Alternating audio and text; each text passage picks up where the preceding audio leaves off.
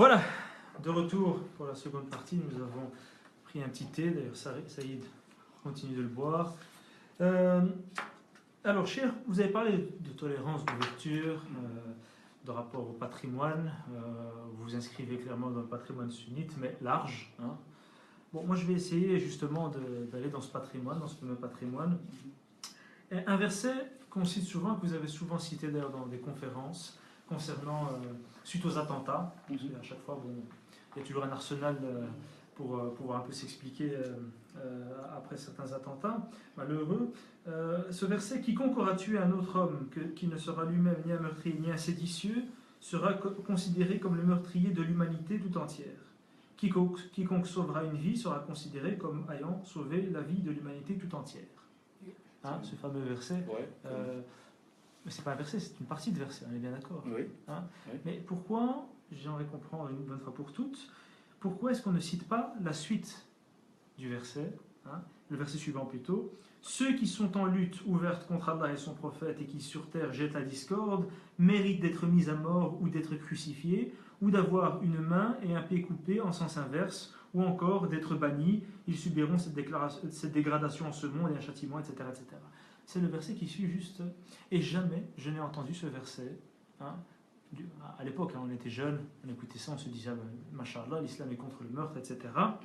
N'est-ce pas? C'était à l'époque où on ne lisait pas beaucoup. Hein. On consommait des conférences de Tariq Ramadan et des QCM essentiellement, qui nous disaient ça, et puis on rentrait chez soi content hein, et apaisé.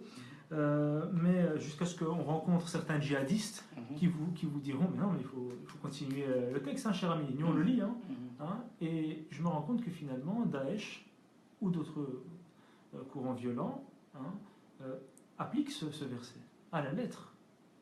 Pourquoi, cher, ne pas nous avoir raconté ces versets? Pourquoi ne pas avoir parlé de ces versets auparavant? C'est une sorte de taqiyya, c'est ça?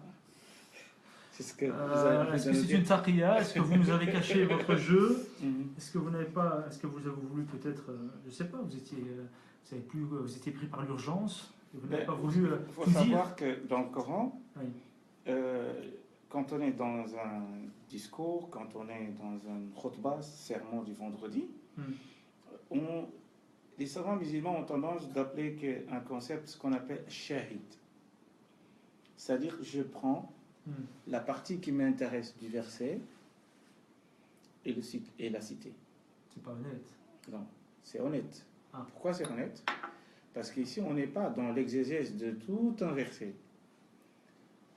Le Coran nous dit, c'est lui qui tue une personne, c'est comme s'il a tué toute l'humanité. Oui. Donc, ce qui nous intéresse pour dire que le Coran nous dit ça, mais non, si vous voulez qu'on en discute du reste du verset, ça on peut en discuter. Et les savants, ils ont déjà discuté de ça. Ils ont déjà discuté de ces versets-là. Il y a plusieurs avis. Et quand je dis plusieurs avis, ça veut dire des avis humains, qui ne sont pas faillibles. Oui, mais la littéralité du texte, elle est claire. Je veux dire, oui, mais là, vous ne me dites pas encore que c'est un... Mais c'est ça, c'est ça. On appelle à la discussion, on a clairement, on parle de couper des mains, des pieds... Comment moi je comprends ce verset? Oui. Ce verset, il est dissuasif. Ça veut dire quoi? Ça veut dire que le Coran, lorsque le Coran nous donne des châtiments corporels, oui. Est-ce que le Coran cherche à qu'on l'applique à la lettre, ou bien en nous demandant de faire cela, est-ce qu'il n'y a pas derrière tout ça une finalité? Quand le Coran dit وَلَكُمْ فِي الْقِصَاصِ حَيَاةٌ, quand vous appliquez la loi du talion, oui. Vous aurez une vie paisible. Vous avez le bonheur. Donc il y a la loi du talion, d'accord? Oui. Ça veut dire quoi? Ça veut dire quoi? Ça veut dire, ça veut dire que si vous rassurez, vous êtes rassuré, vous êtes sûr, qu'en l'appliquant, il y aura une vie paisible dans la société. Parce qu'aujourd'hui, le malheur, il faut le dire, c'est qu'on tue, on dilapide, on fait ce qu'on veut, on rentre en prison quelques années, puis après on est dehors et on recommence. Parce que la sanction, elle n'est pas dissuasive, elle n'est pas coercive. Donc il faut une sanction selon vous? Ah oui, il faut une sanction. Sanglante. Oui, il faut qu'il y ait une sanction, et cette sanction, c'est la société qui va la définir. Le Coran a donné une sanction à une époque donnée, et ça ne veut pas dire que nous devons appliquer cette sanction à la lettre. Pourquoi pas? Il nous a donné un esprit. Et si cette sanction, elle est encore applicable, ça veut dire dans le sens où on peut assurer une vie paisible, pourquoi pas? Oui. Mais je vais vous citer Parce un que texte. le but, c'est d'arriver à cette vie paisible. Oui, justement. Et c'est pour ça qu'Omar, il a compris. Quand il y a eu cette famine, il a dit, il ne faut pas couper les mains des voleurs. Pourquoi? Parce que le but du Coran, c'est pas de couper les mains. C'est... Tariq Ramadan s'appuie justement sur cette fatwa de Omar avec son moratoire. Mais bon, on garde toujours cette potentialité. Ce que j'ai envie de vous dire, ça, c'est ce qu'on appelle le maqasid. C'est pas Tariq Ramadan, c'est le maqasid de Sharia. C'est-à-dire que la finalité, c'est pas l'application. Oui. Comprenez? La Mais finalité. L'application est possible, ça fait partie. Est possible si ça peut arriver à cette finalité. Donc finalement, ce que font les autres en Arabie Saoudite, en Iran ou en Irak et en Syrie actuellement avec les groupes armés. Oui, mais pourquoi pas? Le problème là-bas, c'est 2 poids 2 mesures. Et qu'on applique ces sanctions, ces punitions à des pauvres, à des gens. C'est justement ça l'esprit du moratoire de Tariq Ramadan, c'est que. Mais non, c'est différent. Là, il faut pas mélanger. Tant qu'il n'y a pas les conditions, on n'applique pas. Entre pommes de terre et Angleterre, c'est 2 choses différentes. Ce que tu dis Tariq Ramadan, ça c'est autre chose. Mais c'est-à-dire que les conditions ne sont pas là. Si les conditions sont là, on lapide ou pas? Non, on n'a pas dit les conditions. On dit. Il n'y a pas de 2 poids 2 mesures. Non, si la finalité.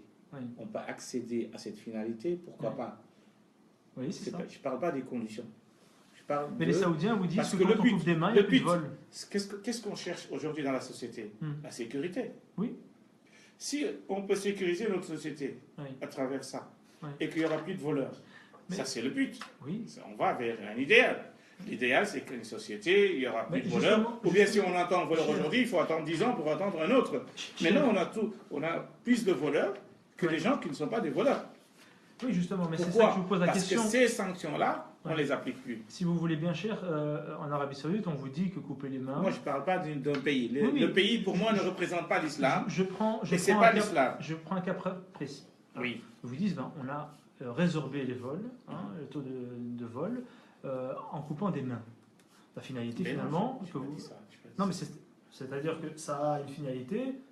c'est celle de mettre fin à tout ça. Si la société aujourd'hui voit qu'en torturant des gens, on peut éradiquer le phénomène du terrorisme, il faut le faire. Il y a un texte qui me gêne personnellement, qui est dans le Bukhari Muslim. Je l'ai trouvé dans le Sahih ibn Kathir. Alors, je vous le cite. 8 hommes de Uqal, je crois que c'est une tribu, vinrent trouver le prophète à Médine et prononcèrent la profession de l'islam. Comme ils furent éprouvés par le climat de cette ville, ils se plaignirent auprès de l'envoyé de Dieu, qui leur répondit: partez avec notre berger et buvez du lait et des urines de chamelle. Je vois déjà que les urines de chameau étaient à la mode à l'époque. Ils s'exécutèrent et furent guéris. Puis ils tuèrent le berger et amenèrent les chamelles. Dès qu'il apprit la nouvelle, le prophète envoya à leur poursuite.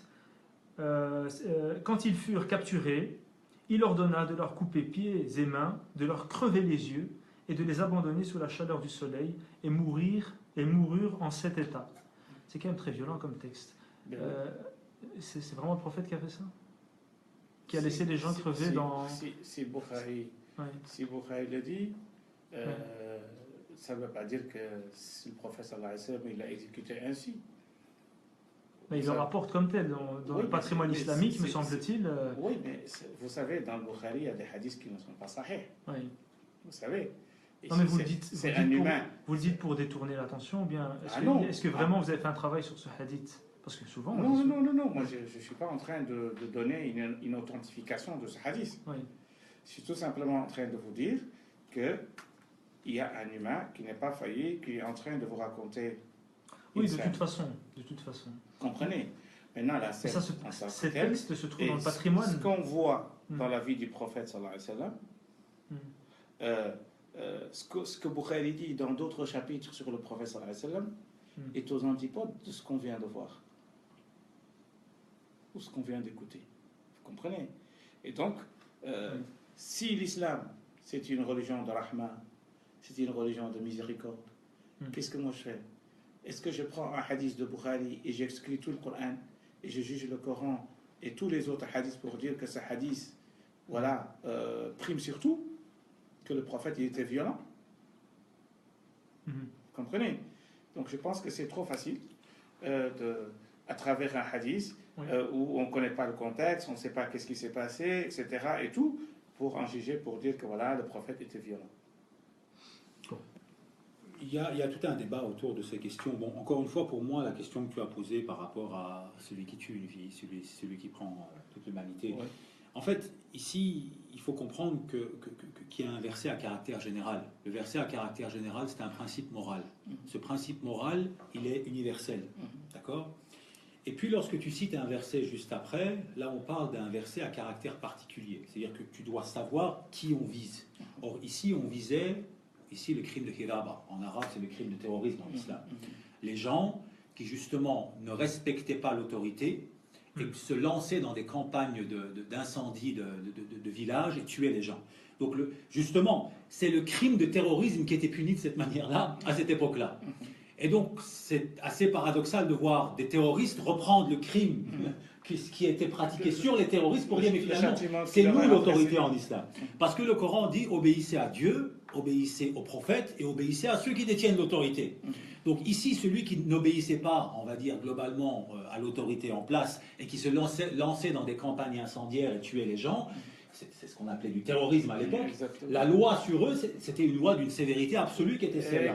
Et aujourd'hui, on a des terroristes qui reprennent ces lois qui sont d'une sévérité les plus absolues et qui les appliquent sur les autres musulmans en disant mais c'est nous l'autorité. Donc on en revient à quoi? À qui détient l'autorité? Maintenant, sur la nature même des châtiments, là, en fonction de l'école juridique à laquelle, ou l'école théologique à laquelle tu appartiens, tu comprendras les choses différemment. Ici, je pense que le Cheikh Ndiaye se place, on va dire, dans l'acharisme classique piétiste, si j'ai bien compris, l'acharisme classique piétiste, et en fonction, bien sûr, si tu te places dans la perspective mu'tazilite, tu vas comprendre le texte différemment. J'ai vu certains avis dans le chiisme, par exemple, qui m'ont paru assez intéressants, où ils disaient un peu ce que le Cheikh disait, c'est-à-dire que ça, ce sont les peines maximum applicables, mais ce sont les peines maximum. Ça veut dire, en réalité, tout ce qui est inférieur à ces peines-là sont également applicables. C'est-à-dire qu'en réalité, ça, c'est le maximum qu'on peut faire, mais c'est aux êtres humains à décider ce qui est inférieur. Donc tout ça sont des avis qui existent dans le patrimoine. Voilà, c'est seulement des avis. C'est-à-dire... Ce sont des interprétations humaines. Voilà. Donc pour moi, tu vois ici, Ahmed, je fais attention parce que si tu lis un tout petit peu la Bible ou l'Ancien Testament, ou tu lis un peu Saint Paul, Saint Paul par exemple, ce qu'il dit par rapport aux cheveux de la femme, par rapport à d'autres, tu vas trouver des choses qui sont... C'est très très choquant. Donc la question est de savoir quoi. Le texte biblique n'est pas pris de la même façon que le texte coranique. Non, mais justement, mais ça dépend pour qui. Si tu prends par exemple la perspective mu'tazilite, ou tu prends la perspective acharite qui parle des maqasid, si tu parles des maqasid, tu peux arriver à des interprétations tout à fait différentes. Le problème, encore une fois, c'est que nous sommes face à des gens qui prennent le texte en tant que tel comme l'incarnation du vrai. Or, si le texte est l'incarnation du vrai, le vrai devient l'application du texte. Or, quelqu'un qui vient et qui prend un texte comme tu viens de le citer et l'applique d'une manière littérale en fonction de la méthodologie qu'il croit valide, tu ne peux pas dire que ça, c'est l'islam. Tu ne peux pas dire que ça, c'est l'islam. D'accord? Donc, je veux dire par là que moi, je ne suis pas en train de dire qu'est-ce que l'islam. Je dis tout simplement, tu ne peux pas réduire l'islam à ça. Tu vois?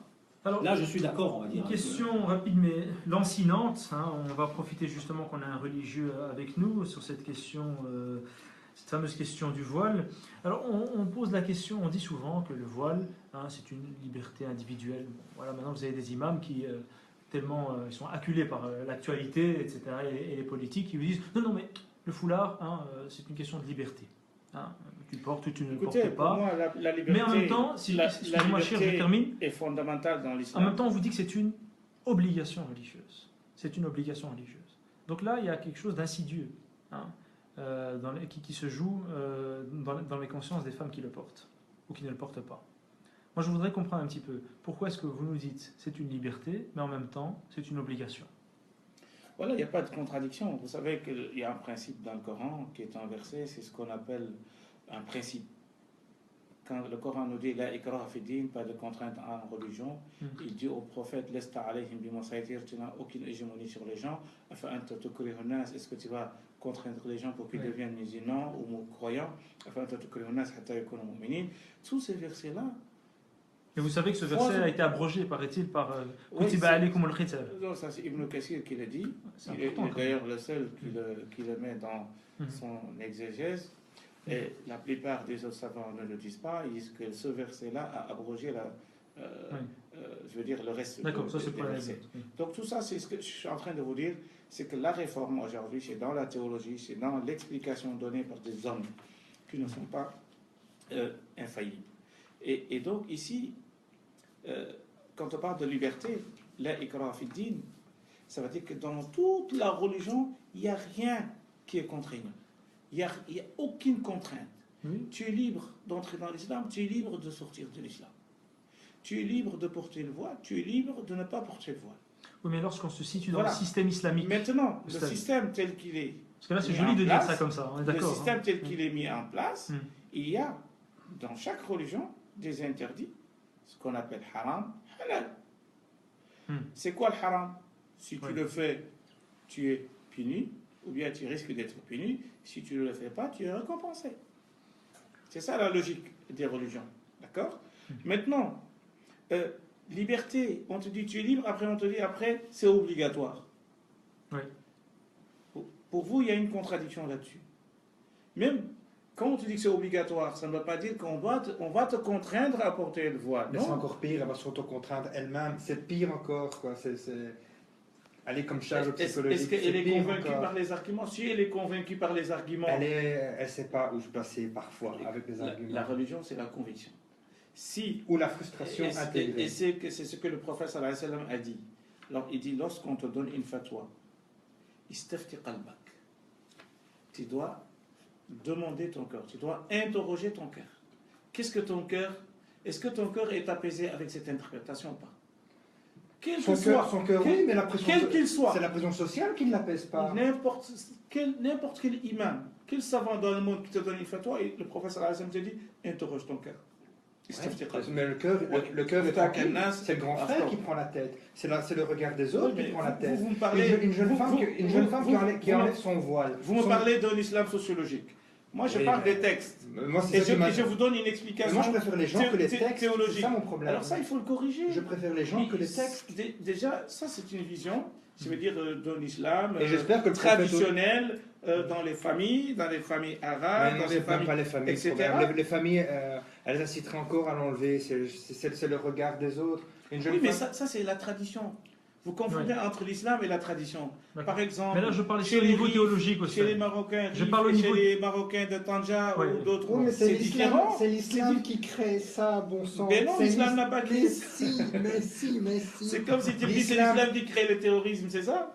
C'est ce que vous voulez dire? L'islam crée le terrorisme. Attendez, pardon. Moi, je vais bien reprendre ce que vous dites. Hein. On parle de châtiment corporel. Non, Oui. mais ça peut aller jusqu'à la peine de mort. Hein. Oui. Et vous dites tranquillement, c'est juste dissuasif, quoi. Oui.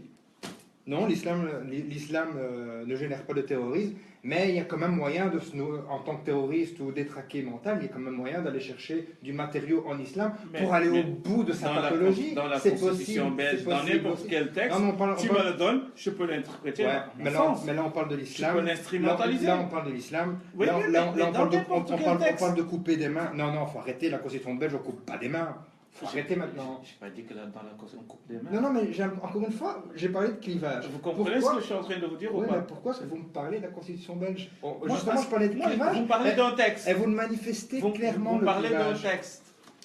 Le texte, ce sont les hommes qui comprennent les textes. Oui. Le texte ne parle pas. Le texte, il est muet. Oui. D'accord. Et qui souffre psychologiquement? Qui souffre psychologiquement? mais c'est pour- Ceux qui Moi, subissent je cette suis là. compréhension. Moi, je suis là pour que ces femmes et ces hommes ne souffrent plus. Ouais, mais, Pourquoi moi Pourquoi ils ne aussi, souffrent plus mais au ils moment, souffrent quand même. au moment où on leur explique qu'il n'y a pas que cet avis-là. Et que cet avis-là, ça ne vient pas du prophète, sallallahu alayhi wa sallam, Oui. ça vient d'un homme. Oui, mais- Tu peux le laisser de côté. Et si tu peux la- prendre et si- un autre avis et si qui la te vérité- convient et qui convient à ta réalité. Il me convient, Il y a il une convient- diversité dans il l'islam. me convient la réalité, mais si l'autre Ce avait, qui si est l'autre- grave, si l'autre c'est avait que ce sont raison, des gens qui imposent. Ça, peu importe. Je m'en fous si l'autre a raison. Ce qui compte, c'est ce qui apaise mon cœur et ce sur quoi moi je suis convaincu. Je suis convaincu de Mais quoi? c'est du shopping, hein, Ossad. C'est vraiment du shopping. non, Mais mais non. c'est pas bon. Ouais. C'est ça l'islam. Prendre c'est ce qui pas- nous plaît, comme ça. Non, ce qui apaise ton cœur. Quoi, Ouais. tu es Oui, mais ça convaincu. n'apaise pas. Ça n'apaise pas. Si, si, pardon, si, moi, non, moi, je non, suis ça convaincu n'apaise par pas. mes Heureusement qu'on vit dans une société libérale, quand même. Non, non, ça Le n'apaise problème, pas. c'est que On peut dire ce qu'on veut de problème l'islam, pose- on peut pas dire que ça apaise, on peut dire qu'il y a des bonnes choses en islam. vous mais n'êtes pas apaisé, vous avez fait un choix. Vous êtes musulman? Je suis. Non, je vous pose une question. Est-ce que vous êtes musulman? Oui, c'est pas Vous ça. êtes musulman. Est-ce que vous avez choisi une vision qui vous convient, sur lequel Pardon. vous vous basez pour agir, Ouais. voilà, et c'est comme ça. Alors, Mali, Il faut être convaincu sur quelque chose, Mali, et puis après, voilà, c'est comme ça. Moi, je vais juste intervenir sur ce qui a été dit ici. Je pense que, bon, ici on va rentrer dans l'aspect psychologique, en fait la frustration, elle se crée lorsqu'elle est imposée culturellement. C'est-à-dire que quand l'islam... Mais ça ne peut qu'être imposé culturellement, c'est là où je vais en Mais venir. non, Oui, mais non. le Parce que problème, l'islam a été le appliqué problème- à un moment donné où il n'y a pas eu cette imposition culturelle. Le Sans problème de fait d'imposer culturellement, on peut imposer beaucoup de choses culturellement. Par exemple, je prends l'exemple, L'excision, tout ce que vous une voulez. petite parenthèse, le sous-continent indien, qu'ils soient chrétiens, musulmans, ils ont des choses qui sont... Les crimes d'honneur, par exemple, chez les Libanais, c'est autant chez les chrétiens que chez les musulmans. On pourrait à un moment donné confondre l'islam. C'est-à-dire que l'islam est utilisé pour imposer des frustrations. Voilà. D'accord. Voilà. Donc ça, c'est la première chose. La deuxième Mais chose, le c'est que... matériau ça, c'est pas existe en islam. Oui, Pardon, mais- pardon. Alors la Chaque deuxième texte, chose... le texte, il ne parle pas. Oui, peut la nous deuxième dire aussi. chose, Oui. la deuxième chose, c'est que toute voie spirituelle ou toute religion comporte deux dimensions. Elle a une dimension légale, juridique, elle a une dimension spirituelle qui est liée à l'élévation de l'âme et l'élévation de l'esprit. Très bien. Toute religion, à un moment donné dans son évolution historique, va, on va dire, mettre l'emphase plus sur l'un ou sur l'autre. Malheureusement, l'islam, on va dire, a suivi plus la voie du judaïsme qui était liée à l'hypertrophie ou l'hyperinflation juridique, en laissant de côté, on va dire, côté l'aspect moral et l'aspect spirituel, spirituel. qui a fait que des gens comme Razali ont rejeté cet hyperlégalisme en disant Non, finalement hyper- on a complètement trahi l'esprit même de l'islam. Bon, le fait est que voilà, l'islam a suivi ce chemin-là, mais l'essence même de l'islam n'est ni fondamentalement hyper législatif, ni spirituel purement. Il peut être l'un comme l'autre en fonction de l'époque dans laquelle on va être. Et la troisième chose, je pense à Ahmed ici, c'est que tu relèves un point très important, c'est le débat conceptuel. Le débat conceptuel est très important. Quand tu arrives en plein milieu d'une société libérale, où les gens sont habitués au discours des droits, et en fait finalement sont à la recherche de spiritualité non contraignante. C'est pour ça d'ailleurs tout le succès du New Age et tout ce qui s'ensuit. Et tu viens et tu dis, vous êtes obligé de. Le seul mot obligé de pose problème. On n'aime pas être obligé. On n'aime pas en fait la contrainte. Et donc lorsque tu viens avec une religion qui dit, ben, il y a des lois, et si tu veux suivre ces lois, c'est comme une sorte de rigueur que tu dois t'imposer sur le plan spirituel, les gens n'aiment pas le discours du devoir. Or l'islam, à l'heure actuelle, est une religion du devoir. Même si elle a des droits, aujourd'hui, si tu viens voir un imam comme le Cheikh Hendaye, même peut-être que lui est un peu une exception, mais tu dis à un imam aujourd'hui, est-ce que c'est mon droit d'être musulman? L'imam va te dire non, c'est ton devoir d'être musulman. Donc le discours du droit n'a pas été intégré dans le psyché, l'intrapsychique, on va dire, du discours autoritaire dans l'islam. Et par conséquent, lorsque tu te retrouves dans une société où l'individu est ceinturé par des droits, par une religion qui, elle, ceinture l'individu de devoir, il y a une sorte de clash, on va dire, conceptuel qui se produit, qui entraîne ce genre de questionnement que tu poses. Mais le fond, c'est que toute voie spirituelle a des lois et une voie spirituelle. Et il ne peut pas y avoir de voie spirituelle sans contrainte, sinon c'est de la fantaisie. C'est ce que je vois, moi c'est ce que je veux dire. Voilà. Voilà. Alors, vous pensez qu'il y a un système islamique, politique, économique, social? Pour moi, Est-ce qu'on peut parler de ça? Est-ce que vous êtes d'accord avec cette vision-là? Parce que Oui. souvent... oui, quand on parle de l'islam, ça veut dire tout ça. Excusez-moi, je termine juste. Oui. Souvent, durant des années, on nous a parlé de système islamique, d'économie islamique, d'organisation islamique, de programmes, de lois, de sharia, de tatbir sharia, donc d'application de la sharia, etc. Et je vois qu'aujourd'hui, eh bien, il y a des gens dans un certain endroit du monde, en Irak, en Syrie, pour bien situer, qui appliquent ce dont on parlait durant ces dernières années. C'est-à-dire qu'ils redistribuent la zakat, ils appliquent les lois, hein, les femmes sortent en foulard sans aucun souci, on est entre musulmans, maintenant ils sont même en train de battre monnaie, etc. Ils sont en train de revivifier certains aspects civilisationnels de l'islam, et je vois que ces mêmes imams qui nous parlaient de ça, justement, aujourd'hui, rebrouchent chemin en disant non, ça n'a rien à voir avec l'islam. C'est justement pour ça que je vous pose la question, qu'en est-il, quelle est votre position par rapport à ça, par rapport à ces gens qui veulent appliquer le programme islamique dont parlaient nos imams, Vous savez, ici en Belgique et en France. On a deux textes, on a une histoire, Ouais. on a toute une biographie du prophète Mohammed sallallahu alayhi wa sallam, sur lesquels on peut se baser pour avancer. Le patrimoine n'est pas laissé pour le contempler. Ouais. Il n'est pas laissé pour seulement s'instruire et le transmettre de génération en génération. C'est une source d'inspiration. Si on arrive à produire un système à partir des principes islamiques, pourquoi pas? On peut même créer une société politique, économique, tout ce que vous voulez, à partir de ces bases-là. Mais ça ne veut pas dire que l'islam est venu pour cela. Ça, c'est deux choses différentes. L'islam est une spiritualité. Toute religion est une spiritualité. Pas que. Pardon? Pas seulement. Non. Pas seulement une spiritualité. Il est venu pour une spiritualité. Toute religion est venue pour une spiritualité. Maintenant, à partir de cette spiritualité-là, on peut dégager d'autres aspects. L'aspect économique, l'aspect social, l'aspect civilisé, tout ce que vous voulez. À partir de cette spiritualité-là. Le prophète, s'il était venu pour nous enseigner la modernité ou le progrès, lui-même, il aurait inventé bombes atomiques, il aurait inventé des machines. Il n'a jamais enseigné quelque chose de ce genre. C'est la moralité, c'est l'éthique, c'est ce discours spirituel, c'est cette vie spirituelle, c'est ce que le prophète nous a légué.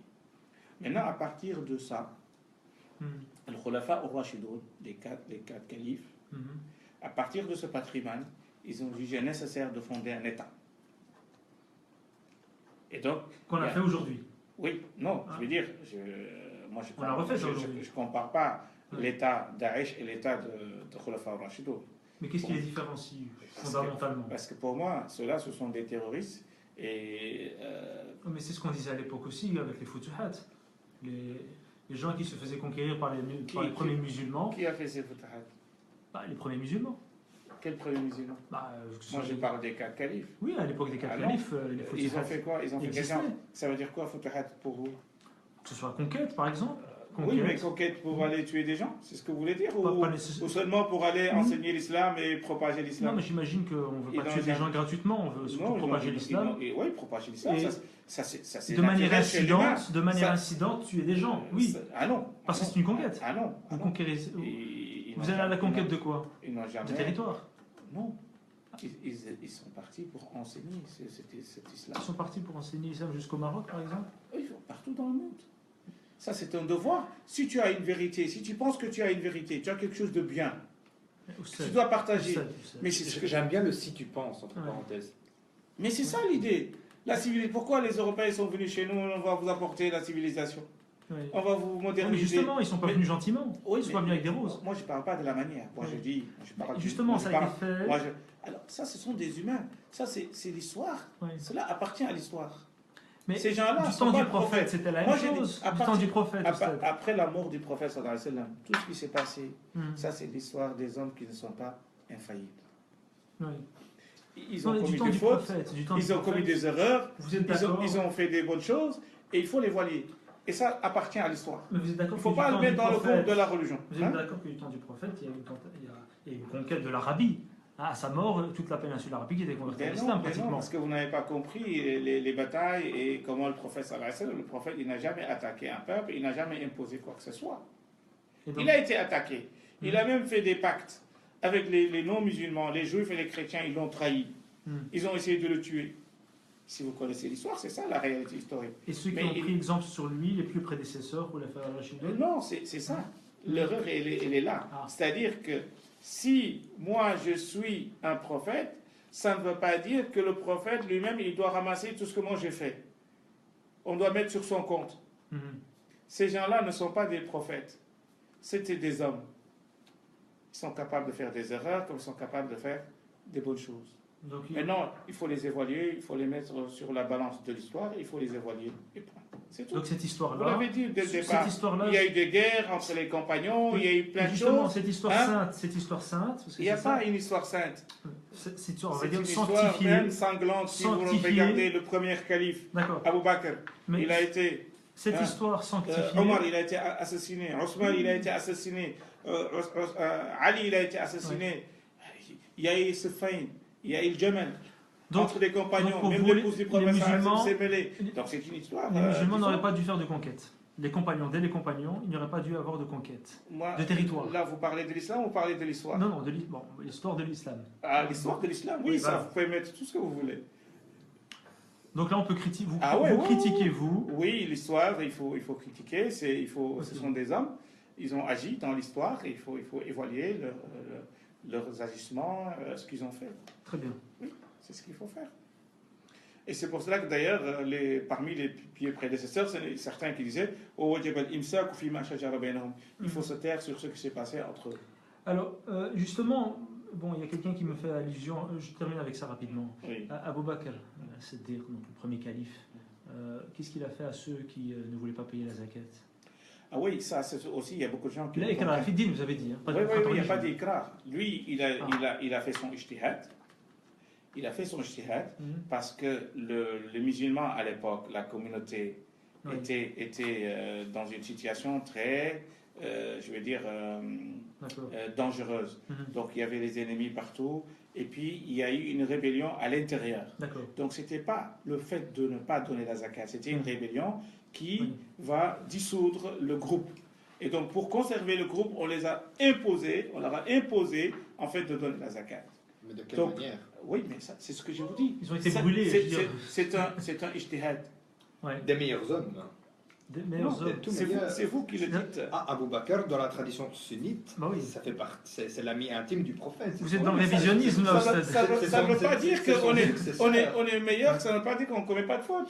On n'a pas dit qu'il était infaillible. Omar ibn al-Khattab. On n'a pas dit qu'il était infaillible. Omar ibn al-Khattab lui-même, qui est un grand, disait j'aurais bien aimé être ne fût-ce qu'un poil sur le torse de Abu Bakr as-Siddiq. Vous voyez comment on sait enjoliver les choses en islam. C'est même Abu Bakr as-Siddiq qui a commis ce qu'il a commis. D'accord. Vous savez, ça n'en change rien.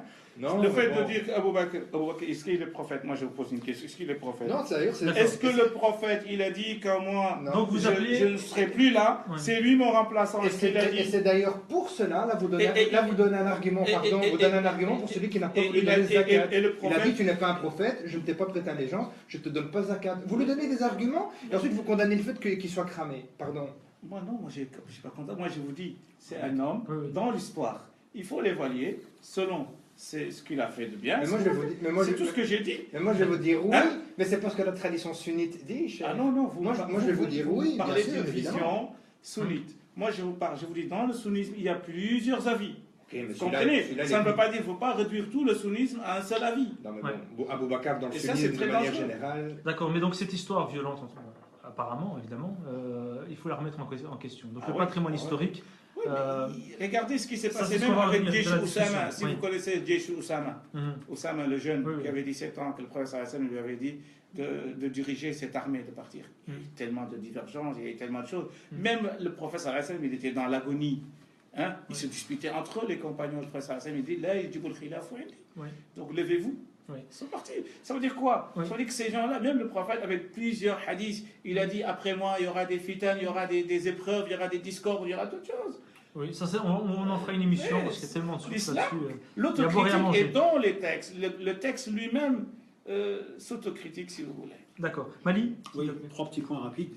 Ici, je pense que je vais rebondir sur ce que le cher a dit au début, et avec lequel j'étais tout à fait d'accord et qui va avoir une implication sur le plan politique. C'est à partir du moment où toute interprétation des textes religieux est humain, alors le concept d'État islamique n'existe pas, ça devient un essai d'interprétation d'un État. Exactement. Maintenant, on peut l'appeler comme on veut. Mais même l'islam devrait s'appeler essai d'interprétation de l'islam. Voilà, non, mais ce que je veux dire par là, c'est très important, parce que l'idée même d'État islamique induit l'idée qu'il existerait. Voilà, mais ça, c'est ce que je voulais dire. Parce que la conséquence de l'idée du cher, c'est qu'il ne peut pas y avoir d'État islamique. En fait, il peut y avoir un État inspiré par une certaine lecture des textes religieux, mais qui ne peut pas s'incarner. Elle est abusive. Voilà. Bon, ici, c'est l'interprétation du cher. Je ne vais pas rentrer dans ce débat-là, mais je veux dire, la conséquence de sa pensée à lui, c'est de finalement dire ça. C'est ça que je voulais dire. Et c'est très intéressant comme posture, parce qu'elle existe dans le patrimoine. Le deuxième point, c'est que je pense qu'il est très important de relire l'histoire. Et quand tu relis l'histoire, Ahmed, ici, il faut voir qu'en fait, il n'y a pas eu un modèle de gouvernance islamique. Ça n'a pas existé. Le concept même de califat. Montre-moi comment le prophète a désigné, ou s'il a désigné Abu Bakr, il n'a pas désigné Abu Bakr, comment il a désigné son successeur, comment le successeur d'Abu Bakr a désigné Omar, comment est-ce qu'Omar a désigné Osman. Il n'y a pas eu de désignation. Donc s'il n'y a pas eu des désignations ni de l'un vers le deuxième, ni du deuxième vers le troisième, ni du troisième vers le quatrième, ça veut dire qu'il n'y a pas eu de modèle de désignation. Or s'il n'y a pas eu de modèle de désignation, ça veut dire qu'il n'y a pas un modèle de gouvernance. Il existe une liberté quant aux musulmans de choisir un modèle. Pour vous dire même, il y en a qui pensent que les successeurs devraient faire partie de la famille du prophète. Al-Immatu min Quraysh, il y a un hadith qui est connu, que ça doit être de la famille du prophète. Et dans le sunnisme, il y en a d'autres qui disent que non, Abu Bakr était légitime, et il y en a d'autres qui disent que oui. C'est long tout ça. Voilà, et le dernier point, le dernier point que je voudrais relever, là je suis un tout petit peu en désaccord. La preuve juste, c'est que pendant Saqifatu Bani Sa'ida, lorsque les compagnons, les Ansari se sont regroupés, se sont réunis, qu'est-ce qu'ils se sont dit? Ils n'ont jamais évoqué le hadith, les imams font partie de Quraysh. Ils n'ont jamais évoqué. Et lorsque Abu Bakr était là avec Omar et Abu Ubaida ibn Jarrah, tous les trois grands compagnons, pour revendiquer, disons, pour élire Abu Bakr, ils n'ont pas mis en exergue le hadith. Si le hadith existait, Omar il va dire, le prophète l'avait dit, il est là, c'est lui. Ici c'est très important du moment qu'il n'a jamais été évoqué de hadith, ils ont dit non, Quraysh, etc. Ici c'est très important de faire une petite parenthèse sur la dernière chose que tu as dit, sur laquelle moi je suis un tout petit peu, peut-être que j'ai mal compris, cher. C'est que l'islam n'a fait que gérer la norme sociale de son époque. C'est-à-dire que par exemple quand tu vois la posture de l'islam par rapport à l'esclavage, il y avait une incitation très grande à les libérer, mais il y a quand même... c'est pas tout à fait le cas, c'est-à-dire qu'en fait, il y a des textes relatifs aux peines par rapport aux esclaves. Donc l'esclavage, c'est une norme sociale. Qu'est-ce qu'on fait? On la modère et on incite les gens à les libérer, mais l'esclavage est dans le Coran en tant que tel, on est d'accord. Est-ce que tu vas dire que l'esclavage fait partie du Coran? Non. Alors pour moi, je pars du principe que toute civilisation, lorsqu'elle se fige dans son histoire et qu'elle commence à devenir puissante sur le plan culturel, militaire et autres, aura une tendance naturelle à s'étendre. Et c'est une tendance naturelle que tu ne peux mettre sur le dos de l'islam, mais sur le dos de la norme sociale. Encore aujourd'hui, toute civilisation qui est puissante va influer les autres. Si l'islam devient puissant sur le plan civilisationnel, sur le plan militaire, qu'est-ce qu'il fait? Il s'étend. Or, il faut arrêter de mettre sur le dos de l'islam un certain nombre de choses. Quand Abu Bakr a pris cette décision, il a pris une décision politique. C'est pas l'islam, il a pris une décision politique.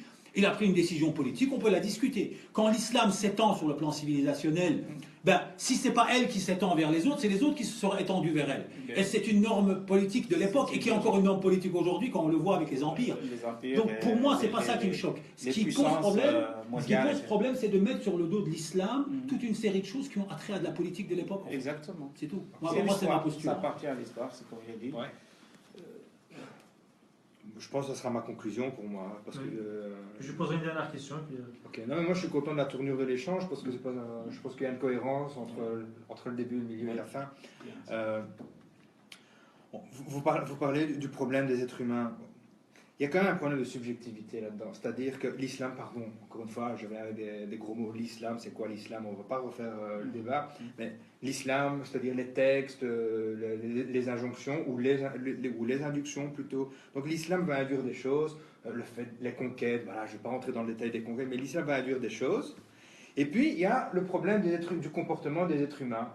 Mais ce qui est terrible, c'est que quand ils font pas trop de dégâts, quand c'est islamiquement acceptable, mais c'est ça l'islam. Vous avez vu, ils sont là-bas, ils ont conquis le territoire, ils n'ont pas coupé les arbres. Ah, c'est magnifique, c'est beau, mashallah. Bon, on oublie aussi que l'autre groupe a cramé tout le décor qu'il y avait derrière.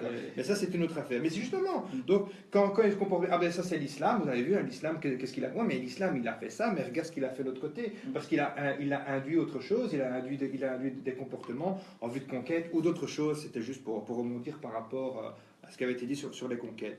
Ce que tu as envie de dire, si j'ai bien compris, c'est qu'on parle quand c'est bon, c'est l'islam, et quand c'est pas bon, c'est les hommes. L'expérience dont on n'en parle jamais. Non, mais je dis juste ça. Quand c'est bon, c'est l'islam, quand c'est pas bon, c'est les hommes. Mais le problème, c'est que c'est l'islam qui va induire des comportements qui vont amener du bon et du mauvais. Mais passons, je trouve que c'est une manière trop facile. C'est pas juste ce que vous dites là. Par exemple, l'islam nous invite à être bons. Ça, on n'en disconvient pas. Oui, mais dans les si conquêtes, moi j'agis comme Ahmed mal, disait, les conquêtes, ça peut faire que des morts. Mais quand moi j'agis mal, ça peut faire que des excès. Quand moi j'agis mal, je dis, ça c'est moi, ça c'est pas l'islam. Ouais, mais bon, c'est pas grave. C'est juste le fait que l'islam a quand même il n'a pas induit le mauvais, mais il a induit à ce qui pouvait amener au mauvais, les conquêtes entre autres. Non, là je suis pas d'accord. C'est pas grave, continue, il n'est pas d'accord, c'est pas grave. Non. Ok, pour pas des écoles qui sont des outils. Ah, c'est magnifique des outils, pourquoi pas utiliser des outils.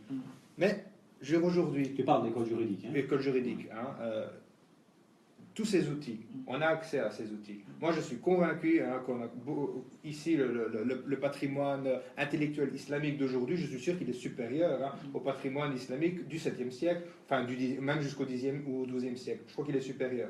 Même Ibn Rushd, même Ibn Sina, on a leurs livres, on a les commentateurs des commentateurs aujourd'hui. Je me demande juste si on a leur intelligence, par contre. Ouais. Je ne sais pas. Tu es optimiste. Pourquoi pas?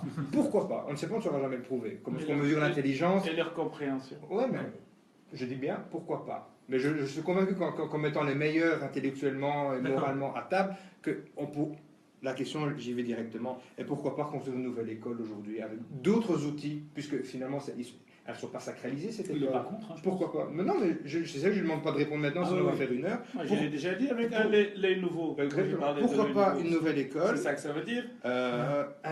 Moi, je pense que je l'ai mis en majuscule, c'est le défi majeur en islam. Et puis, je terminerai avec une chose qui est un peu une parenthèse au milieu de tout ce qui a été dit, c'est qu'il y a quelque chose qui n'est pas juste entre les diverses générations. C'est-à-dire qu'il y a les premières générations, et celles du milieu, et celles de l'après-milieu, ce n'est pas le problème, qui ont eu un islam qui était une tradition orale, dont le but et l'objectif et l'intégration des principes devaient amener de la vertu, de la bonne moralité, du bon comportement. Ça, c'est la tradition orale de l'islam et qui existe encore aujourd'hui, puisque dans 90% des familles, voilà, les musulmans sont des gens qui sont intégrés, qui sont bien à 90%. Oui. Bon, après, on va voir comment on canalise les 10%. Mais il y a une chose qui n'est pas juste, c'est qu'aujourd'hui, pour le musulman lambda, il n'a pas la même religion, je vais m'expliquer, il n'a pas la même religion, il n'a pas le même islam qu'un musulman du 8e siècle. Pourquoi? Mais parce que nous, on est chargé de bouquins, on est chargé de fatwas. Et tout ça, on a pris toutes les fatwas, tous les bouquins de toute l'histoire islamique sur 14 siècles. Bon, Mohammed ibn Abdul Wahhab, il a fait une belle synthèse. C'est ce que je vous ai dit depuis tout à l'heure. En C'est fait, l'islam pour vous, c'est le wahhabisme. Non, Donc non. vous attaquez l'islam à Arrêtez, travers le ne me coupez wahhabisme. pas comme ça. Quand Mais je c'est tout ce que vous dites, tous les exemples que vous j'aurais pas dû dire ça parce que vous me reprenez là-dessus. Moi, c'est juste une caricature, je voulais dire. Oui, mais Wahhabisme ou pas, on s'en fout. il ne faut pas caricaturer, parce que là, on est dans un débat sérieux. Eh Il ben, ne faut pas qu'on caricature. alors, je vais rester très sérieux de façon académique. On a 14 siècles d'histoire, 14 siècles de points de vue, 14 siècles de fatwa, 14 siècles d'opinion. C'est une magnifique richesse. Sauf qu'aujourd'hui, on a un islam qui fait mal à la tête et auquel on ne peut pas s'en sortir. On est ignorant de cette patrimoine. Non, On ne l'a pas lu. Non, On l'a pas lu, ce Il patrimoine. faut arrêter de lire ce patrimoine. Il faut retourner à une tradition orale, c'est-à-dire un islam qui amène du bien, du bon comportement, de la vertu, de la moralité, et qu'on arrête de s'encombrer la tête avec des choses dont les premiers croyants n'avaient pas. Les premiers croyants n'avaient pas toutes ces fatwas. Et c'est ça qui nous tue, spirituellement. Ça nous massacre. Et c'est pour cela que... Bon, ça va ici, c'est encore poli, mais c'est pour ça que ça ne peut qu'être houleux, quoi. Il se déchire la figure dans le golf quand il débat. Alors Mali peut-être Je vais là-dessus. juste terminer là-dessus. Ouais. Je pense qu'encore une fois, j'ai abordé cette question il y a une petite demi-heure. En fait, toute tradition religieuse se développe et se déploie dans son histoire. À chaque fois qu'une loi est, on va dire, on parle d'une loi. Pourquoi est-ce qu'on fait des lois? En réalité, c'est pour gérer le réel. D'accord? Mais quand tu fais des lois, c'est toujours au détriment de quelque chose. Lorsque tu fais une loi, c'est parce que tu ne fais pas confiance en la non-existence de cette loi. Donc lorsque tu fais de l'hyper-législatif, c'est toujours au détriment de quelque chose. Et ce quelque chose, c'est quoi? C'est la moralité. Donc dans toute réalité où il va y avoir une hyper-législation, où il va y avoir plein de lois, ce sera toujours au détriment de son absence. C'est un peu l'histoire de la France. Tu vois, quand tu vois la France aujourd'hui, ils votent une loi pour un oui, pour un non. Mais avant, on gérait les problèmes entre individus. Mais quand tu gères entre individus, tu fais confiance à la décence des gens, au bon sens des gens.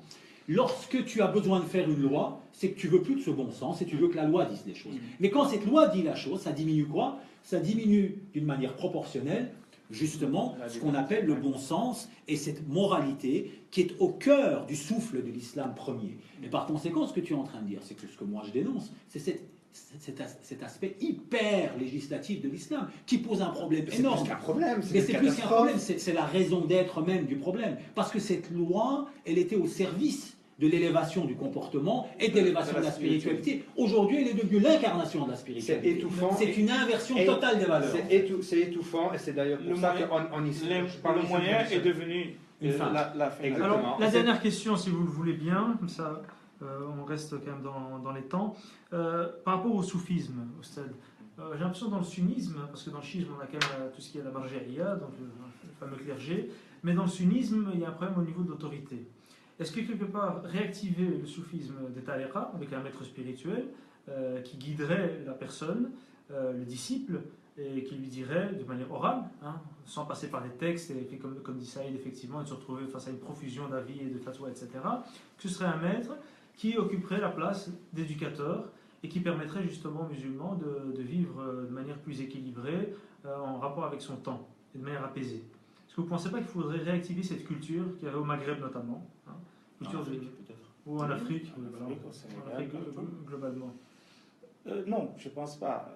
Pour le sunnisme, je parle pour le sunnisme. Pourquoi? Parce que le soufisme, au départ, c'est comme on dit, il y avait un courant théologique, l'aqida, ilm al-kalam, et puis après on a un courant juridique, les 4 écoles, les 24 écoles si vous voulez, et puis il y a des savants aussi qui se sont levés pour dire il nous faut aussi des écoles dans la spiritualité, parce que l'islam est composé de 3 grands axes: iman, islam, ihsan.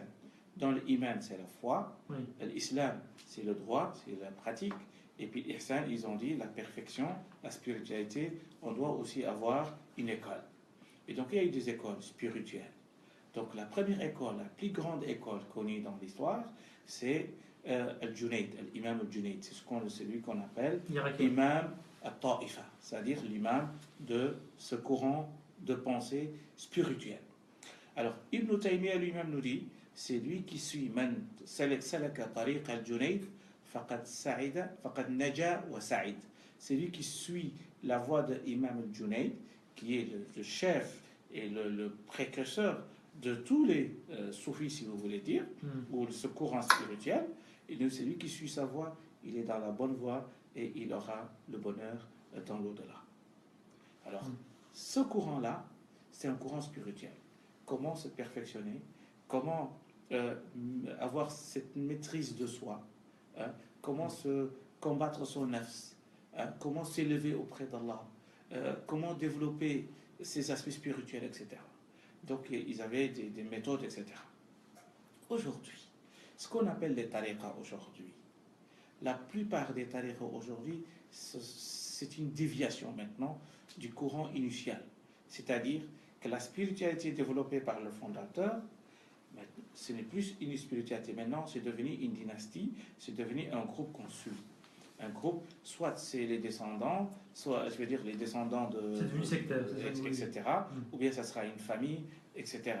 Et c'est pour cela qu'aujourd'hui, on ne peut plus faire référence à des tariqas pour gérer la spiritualité dans le monde, mais on peut s'inspirer des enseignements de ces fondateurs dans leur spiritualité, ce qui peuvent gérer notre quotidien aujourd'hui.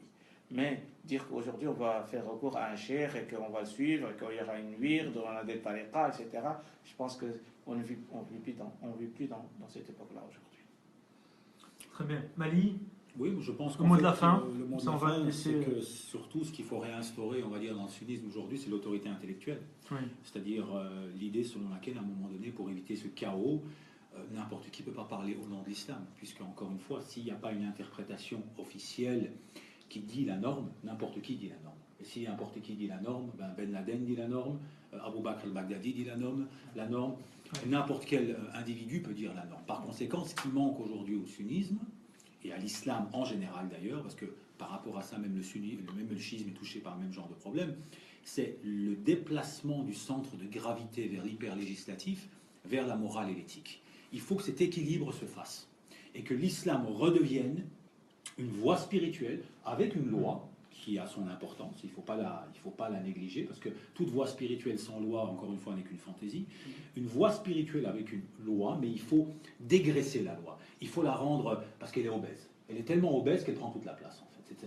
Elle prend tellement de place qu'on ne voit plus rien. Et donc, il faut la maigrir. C'est ce que je voulais vraiment rajouter, c'est très important ce qu'il dit, c'est qu'aujourd'hui, la spiritualité est au service de la loi. Oui. C'est-à-dire, les lois, elles sont faites pour atteindre cette spiritualité. Même le fait de prier, les pratiques, tout ça, c'est pour atteindre une spiritualité. Toujours dans le Coran, vous allez voir la'allahum yattaqun ou la'allakum tattaqun.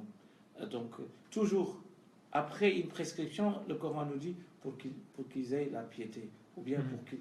Donc, la finalité, c'est toujours cette spiritualité. Et maintenant, nous, on a délaissé cette spiritualité. Et on a des gens, en fait, qui, tout simplement, à l'époque, les gens se convertissaient à l'islam, pas nécessairement par une science qu'ils avaient acquis. Ils n'arrivaient même pas à lire. 99 ou 99% des gens, 99,9% des gens ne lisaient pas.